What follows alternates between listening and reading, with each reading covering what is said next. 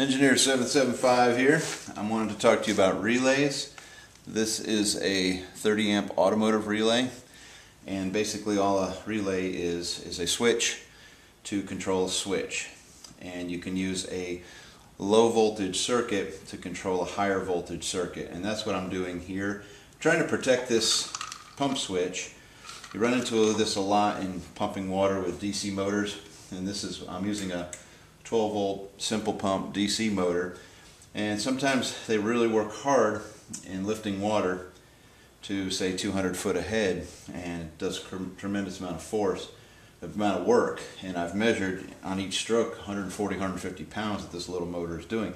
Well, what that does is it induces a voltage and actually an amperage in the circuit that is beyond the rating of this switch. This switch is only rated for the Pumptrol Square D Schneider electric switches are only rated for 10 amps. Now 10 amps on an AC circuit with a 3/4 to a horse and a half or whatever 2 horsepower pump, no problem, that's what that switch is rated for. But I get, on a DC circuit you'll get higher amperages, and so I've been getting amperages like twice what the switch is rated for. So in order to protect my pressure switch, we hook up an automotive relay in the circuit. And so I'm going to plug this in here just to show you kind of how it works. Hook it up in the right configuration. There we go. Now I'm going to be quiet here, hope we can hear it. I'm going to open this up. I don't know if that came on there, but I'm opening and closing the pressure switch manually, and the solenoid is clicking in here. So when it called on, now I've got another switch in the circuit. You can see the motor's running now. I'm going to turn the motor off. But this relay, what it's doing is protecting my pressure switch. I'm also using only one side of my pressure switch, so if those contacts ever burn out, I can move them over. But by putting the relay in it, there's very little voltage flowing through the switch, so they're not going to burn out. So I'm going to hold that open for now. I've just got a battery here, 12 volt battery, a pressure tank, very simple setup for pumping water out of a well. But I wanted to focus in on the relay. I just have a terminal block here. I know it looks like spaghetti here now, but power in a battery on your negative and positive will flow from the negative.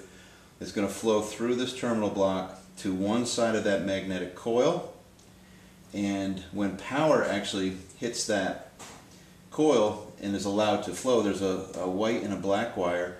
Red is always positive on a 12 volt system, and the yellow means that something had to be switched in order for power to flow into the yellow.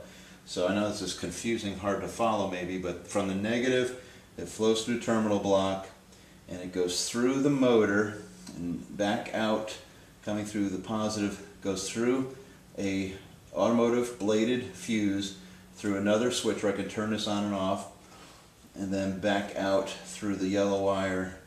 And the yellow and the red basically are brought together, or the circuit's completed, by the pressure switch turning on and off. So when this tank calls for water, that little solenoid clicks and power begins to flow through the motor to allow it to start pumping.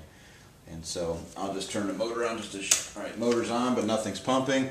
I'm going to hit the solenoid, and it's running. So I opened it up, and it's pumping. So the cool thing is, none of the high loads that I get up to 25 amps flowing through this, is not what the switch sees. The switch only sees microamps. So relays are a great thing to do if you want to protect switches and devices in your DC motor.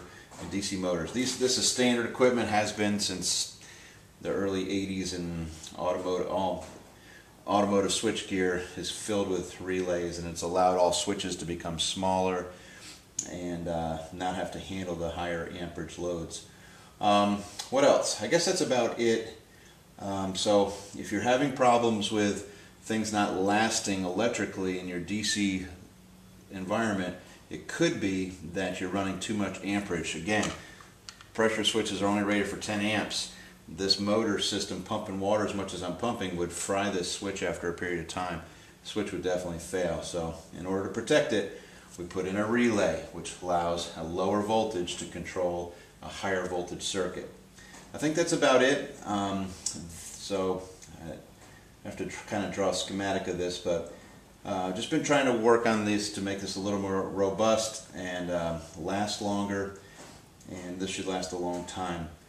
I think that is it. Oh, the other thing you can do is, I'm controlling a DC motor here, but the other thing it could be used for is a pressure switch or a float switch that's, say, a long ways away. So you had to put a pressure switch 2,000 feet away from your motor to turn it on and off. You're filling a tank, it's half a mile away, say.